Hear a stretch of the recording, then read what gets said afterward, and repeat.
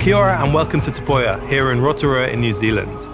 Tomorrow, against the backdrop of bubbling geysers and volcanic vents, we'll be wrapping up the first ever Ōhanga Āmiomio Circular Economy Pacific Summit, hosted by the Ellen MacArthur Foundation, in collaboration with Ministry for Environment New Zealand and Scion, and supported by the Nature Conservancy. Over the day, we'll welcome 200 delegates to investigate three key themes. Firstly, Mātauranga. What can we learn when we look at contemporary economics through the lens of Indigenous worldviews? Secondly, materials. Issues around the take, make, waste way of using materials are urgent and visible here in the Pacific. What new tools and approaches do we need to shift from a linear economy to a circular economy for products and materials? And finally, manifestos. How can we stimulate the collaboration, cooperation, and high levels of ambition we need to shift to a circular economy, not just here in the Pacific, but globally?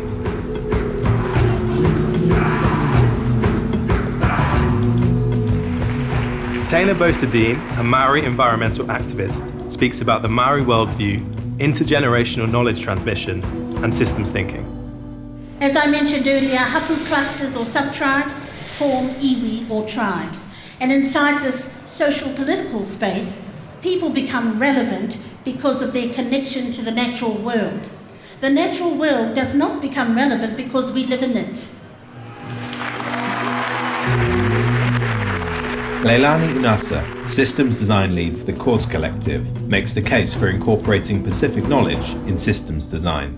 Because co-design methodologies are part of our bread and butter, those are really human-centred. So that puts the user in the centre, and we design services and goods around that. That for us wasn't good enough because it wasn't giving us an environmental systems approach to be able to look at some of the work that we needed to do. So the wider-centred approach is one of the ways that we're looking to complement the human-centred design, which really puts us at the top of a pyramid when we shouldn't be there.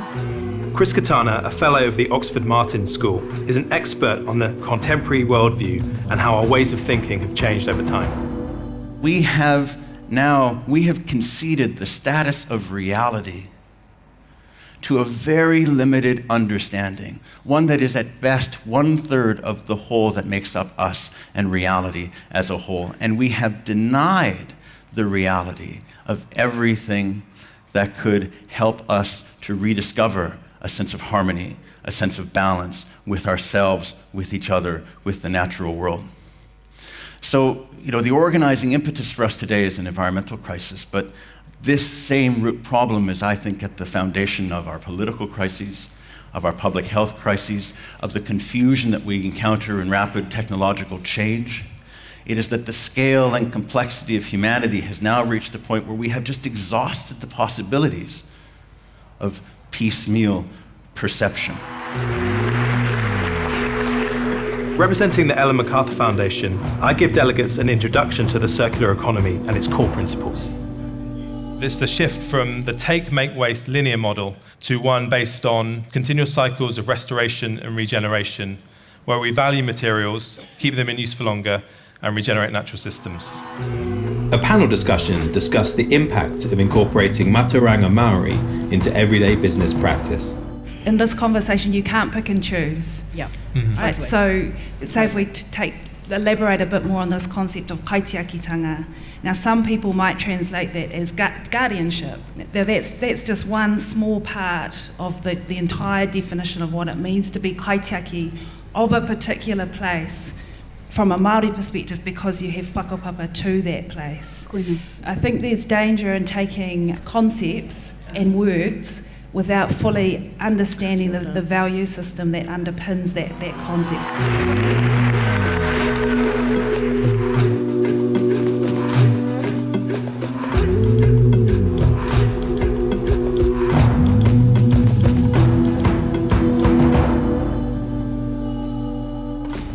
The section of the day on materials featured my colleague Eileen Boone, sharing her work on the New Plastics Economy initiative. This set the tone for a series of talks from New Zealand business leaders who are actively designing plastics out of their products. LEOTA KOSI LATU, Director General for the Secretariat of the Pacific Regional Environment Programme, kicks off the manifestos section of the day with an impassioned plea to widen people's knowledge of the circular economy. Many of our countries have now adopted legislation and policy. What we need to do is to go further, go beyond that. We need to start mainstreaming the circular economy into our budgets, into our planning, just like we have done with climate change. This sentiment was echoed by Auckland councillor Penny HULSE, who made the case for braver political leadership. Sometimes we have to say to people, we are going to put the price of your waste collection up, because we are not going to let those bottles end up on an Indonesian beach. We're not going to pretend that we're recycling and sending bales to be just dumped in rivers or, at worst, burned on the side of a beach somewhere. Fundamentally, we need to politically start to change that narrative. We need to step into the brave conversations, and I think, as people have been saying all day, we need to partner with each other fearlessly, honestly and authentically. Vicky Robertson, Chief Executive for the Ministry for the Environment, New Zealand, gives a summary of the day and a call to action for the delegates.